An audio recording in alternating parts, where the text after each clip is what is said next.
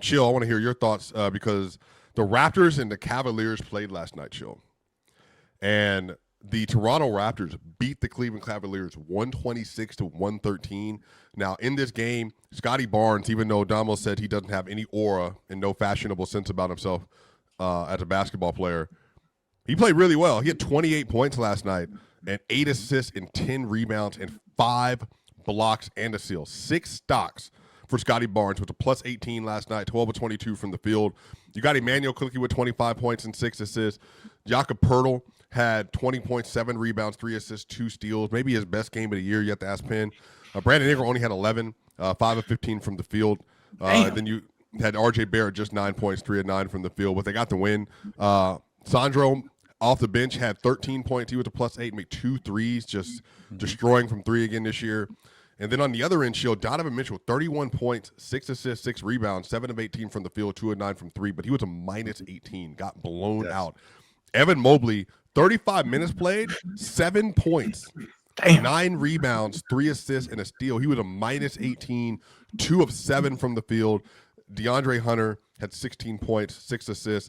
He was 7 of 16. And then off the bench, Craig Porter Jr. had 10 points. And then you got 18 from Naquan Tomlin, who is a nice, interesting prospect that they're developing this year. And they get blown out at home, Shield, double digits. Do you have any thoughts about this game last night? Well, number one, I think they really missed Darius Garland. I think that ball handling and I think that floor leadership and I think that distributing is really something that gets their offense going. That's number one. I thought that Evan Mobley and Jared Allen last night on the backboard in particular, I didn't think don't let those 9 rebounds in the box score fool you. I don't think that those guys were effective in the paint at all. I think Evan Mobley trying to get to that mid-range, trying to get to that mid-post floater, trying to get to that mid-range shot, it just wasn't working. I think Toronto was way more physical with them than they were with Toronto. In addition to them being more physical, I think that they did a better job in mismatch hunting. They went after Sam Merrill like it was meat. They like a bunch of lions that was just hungry. They just straight went after him, and he really couldn't do anything with him. I thought they did a good job on Scottie. I thought Evan Mobley, when he was matched up on Scottie Barnes, I thought he did a good job on him. But overall, as a group, they really missed Darius Garland. They missed that ball handling. They missed that distributing. They missed that bucket getting. Emmanuel Quickly really didn't have anybody. He really didn't have anybody to not go band for band with him, but he didn't really have anybody at that lead guard spot to really put pressure on him to defend for stretches. The Toronto Raptors did a great job in not just moving the basketball. They did a great job of keeping Cleveland on the defense for long stretches. That wears on your offense. I think they had 2 plays. There were 2 plays that I watched where they basically got down to 3 seconds in the shot clock and they scored. That does a lot, Ox, for your defense when we're getting late in the shot clock and we end up scoring because your defense has been on defense for that long. So when I watched this Cleveland Cavaliers team, I think Toronto out-physicaled them last night. I think they did a better job in taking care of the ball. I think Cleveland's transition defense was bad. I watched Shed stop and pop at the long ball line like more than once, more than twice. I thought their rotation guys were good, but I don't think that they were good enough to match what was going on with Toronto. I just think that overall it was a bad performance, and Cleveland's got to get better. This isn't one of those situations. We do this a lot of times where we're talking about trading guys, where we're talking about moving off of guys. I think that we let guys off the hook instead of making these guys play better. That was a bad performance. Get better. That wasn't good enough. And we ain't moving off of nobody. Do you think they just got out physical yesterday, Chill? Yes, I think they got roughed up. Yes, okay. I think they got roughed up last night, and it was obvious watching them on the glass, watching them when they had the ball in the perimeter. They were pushing guys like Sam Merrill further away from the basket. I know if I'm Toronto, I know why Sam Merrill is on the floor. Sam Merrill is on the floor to shoot the basketball. He ain't on the floor to do nothing else. He's not on the floor to defend. He's not on the floor to pass. He's not on the floor to put the ball on the floor. He's on the floor to shoot the basketball. So when I push him further away from the basket, I take him out of everything that they're doing. In addition to taking him out of everything that they're doing offensively, I want to put him on the defense. And I think that they did that last night, being extremely physical with him. I mean, I think this is a promising sign for the Raptors. I know that the Cleveland Cavaliers weren't fully healthy, Chill, but I do think there's something to – I think in the Western Conference, the top of the West is very physical. I think physicality is going to carry the Rockets, including throughout the playoffs this year. I think that the Raptors – they don't have a lot of shot makers. You know, you want them to have that. Obviously, with Brandon Ingram, they're 7-5 now. But I do think there's something too. You can out physical your opponent, and I think the Knicks are physical. I think the Pistons are physical. I think that the 76ers have the ability to be physical with Embiid, but obviously just his body might not be allowed him to do it. But there's something too. You get into a playoff setting with the Raptors, you're going to feel that series the rest of the way. So that was a really good game from them. Anybody else have any thoughts on last night's game? From that group? Easy. It was the main reason why they lost the game. People can point at D-Mitch getting outplayed. People can point at them being out physical. Lonzo Ball didn't play. And when Lonzo Ball don't play, how do you expect to win? It's really that simple. There was no Lonzo on the court. He was inactive. So they lost. It's that easy. Like, it's genuinely that he's a big part of what they're doing, Damo. He is. He's a huge part of what they're doing. I mean, what they got to do with Evan Mobley having 7 points in 35 minutes? Or vibes. Simple. Vibes. The vibes weren't there. The vibes ain't there, so energy's not there. The glue guy's not there. The tactician's not there. We just leaving it to D-Mitch to play D-Mitch ball. Sam Murrah out here getting all these shots. Man, where is the guy? Lonzo not playing, y'all not gonna win. It's that simple. It's been like that since he was a rookie. Oh man. I'm not doing all that.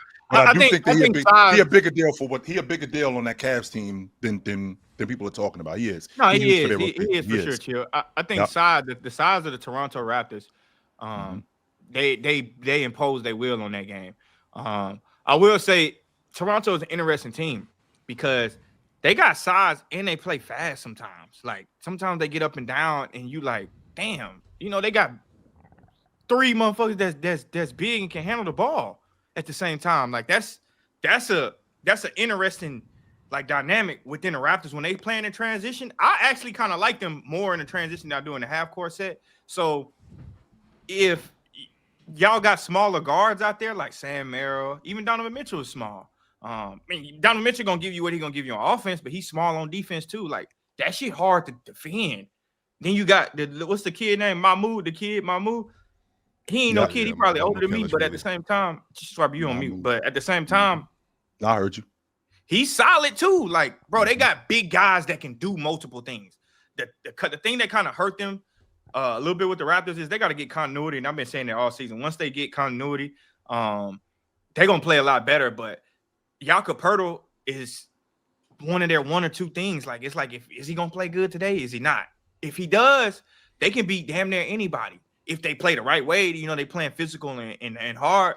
That's my problem, Jordan. That right there, what you just said. Like I saw what they did against Cleveland last night, and then they'll end up losing to like New Orleans, and then they'll end up losing to like I don't know, one of the lower level teams in the league. But then they'll basically punch Cleveland in the face. That kind of shit drives me crazy with them. I think it's a culture. I think with Toronto, and I know Penn might hate this because he probably deep diving into their culture like that. Yeah. But from what I see on the court, it's a culture thing. They're a little too soft with each other. Like they don't have that dog mentality for me. Like certain Scottie might have it individually, but the aura around the team should be dog, not this fast, pretty basketball. If they adopt a dog mentality, like we going after you, we got Scottie Barnes who gonna play hard as hell. But Brandon Ingram get out of that slow state where he just looked like he don't give a shit. I need Emmanuel quickly to be a lot tougher. Like I think if Toronto get back to that, like when they had guards like Fred VanVleet, Kyle Lowry, they'll be really damn good. Like, that was one of the teams I was high on coming into the season. So, to Chill's point about how they'll get beat by New Orleans or some shit like that, it just directly goes with that. Like, that's what I want to see from Toronto. I want to see Toronto lock in on that defensive end. If they can do that and shut teams' water off, I don't believe in their offense right now anyway. So, I want to see them shut people water off on defense because they have the personnel to do it, if you ask me. Yeah. Yep. We'll get to the next game. Shout out to the Raptors, man. They look really good, and hopefully we'll see if they can keep it up. Up next, the Phoenix Suns obliterated the hapless Indiana Pacers 133-98. And in that game, Dillon Brooks gave you 32 points, 12 of 18 from the field, 3 of 7 from 3. He was a +9 in that game. Devin Booker, 33 points, 7 assists, 5 rebounds for him. Continues to have a really, really good season. And then you want to hear this. Off the bench, Oso Iguodala, 17 points, +52. You heard that, Mars? +52 off the bench, 7 of 9. Ryan Dunn had 3 points. He was a plus 20. Colin Gillespie, 10 points, plus 27. Jordan Goodwin, 10 points, plus 32. Isaiah Livers, plus What did Nigel Hayes do? 22. Huh? What did Nigel Hayes do? A lot of nothing. Yeah, he was 0-2 from the field, so nothing. Shit. God damn, Nigel. I'll say this though. You know I'm all pushing for my son's agenda, boy. That 7-5 look good as a motherfucker right now, don't it? Was that 5-game win streak they're on now? Yeah. Hey, Mark. They 8-5 right now. Oh, 8-5. Are they good? Do we think are they a good team? Whoa, you ask me? I think so. Less is more. Y'all know I've been saying that with D-Book. It's time for D-Book to look like the best shooting guard in the league. Now, to Mars' point, I do think Anthony Edwards may be a little bit too far gone. But Devin Booker, if we keep winning, you know if the Suns keep winning, you know the narrative is going to switch, though, right, Mars? You know it's going to switch. To what? Oh, yeah, To for what? sure. Yeah. To Devin Booker's the best shooting guard in the league. I've already seen that a little bit on my timeline. Exactly. So I'm telling y'all right now, I like this Suns team, and I like the pickup of Dylan Brooks, a culture changer. And Mark Williams been playing so goddamn good lately, bro. Like, so damn good lately. I don't know why, but it seemed like Phoenix is always the only game that's left to play in the NBA. It's like all the games over with, but Phoenix playing for some reason. Hey, so Mars, I just always end up watching Phoenix. Nick Richards played 15 minutes. We don't talk about Nick Richards, man. And he was also the only real rotation player that was in the minus. He was a minus 13 in 15 minutes. As soon as they put Iguodala in the game, they basically just started dominating the Pacers. Shout out also Iguodala, man. Nick Richards is not a good player, man. I've been trying to tell people that for a very long time. You ain't had to tell me. I kind of knew that. God damn. He didn't take a shot last night. You said He what? didn't take one shot last night. Not one. He didn't Not take a his shot job. last night in that offense. Yeah, but Okay, he trash. Damo, it's not 1995 anymore. We don't live there. No, we do not. We do. It is not. Slow down. 25 years Draymond ago. Green actively exists. Okay, Draymond Green will shoot the basketball 100%. He had games where he go 0 for 1. James, Not only will Draymond shoot the Draymond basketball, made 5 threes against Denver a few days ago. Yes, he will. He knock shot down 0 for the long 7 ball. against the Spurs. But he 100% will shoot it, and he will be a threat. Yes, he will be. For you to be on the floor, especially if you were big, you cannot just be on the floor defending and rebounding. That's why guys He don't defend that good either. That's why the big guy from He don't rebound why that am I good either. why am I drawing a Yes, blank he on his name? The guy From who? Cleveland. From Cleveland. Jared Allen, Not Jared Allen. Evan Mobley, He was with James. That's why Tristan Thompson is out the league. Dudes like that, you can't survive no more in this league. He out the league right now. He'll be on somebody's roster by the end of the season. Don't But get it twisted. With the TT. point that I'm making is that you can't survive in Get this it league. twisted. that boy got If- playoff minutes in the conference finals. If you are on the offensive end of the floor and we can actively take you out of the offense and basically play 5-on-4, you're a detriment to us. We can't have you out here on the floor. No. And I think one of the main reasons why he played yesterday was because Mark Williams didn't play. That was one of the main reasons why. Yeah, I think Mark that's Williams one of had the a main hell of a reasons why he game the game before that, Yes. though, boy. God damn. I think that's one of the main reasons why he played. And we had a conversation up here last season where I asked you guys, how many teams in the league is Dylan Brooks not starting for? Who is We he all not agreed starting that on? he would start on every single one, though. Almost every single one almost of them. every He's a starter, team. Yep. right? Almost. I thought we almost agreed every he would last start one on of every them. team. Maybe not Denver. I Yes. don't think he would start on Denver last year. Like But Dylan- at the Dylan same Brooks- time, I know we talked about we also talked about how good Mark Williams was, and we got into a big fuss about the Lakers should have took that shit. All that. Oh, I'm looking at his injury report. I mean, yeah, That he's for brother sure can better do than Dolan. He's for sure better than Dolan connects. I mean, Yeah, that would have been almost. Nah, ain't nothing worse than Luka trade. But that would have been close to a shitty ass trade for sure. Like one of the Do you worst think he trades better ever. Do you think he's better than DeAndre Ayton? Yes, I do. Yes, I do. I think he moves better than DeAndre Ayton, as far as like for what the Lakers need. But here we go again. I'm gonna say this. I'm biased.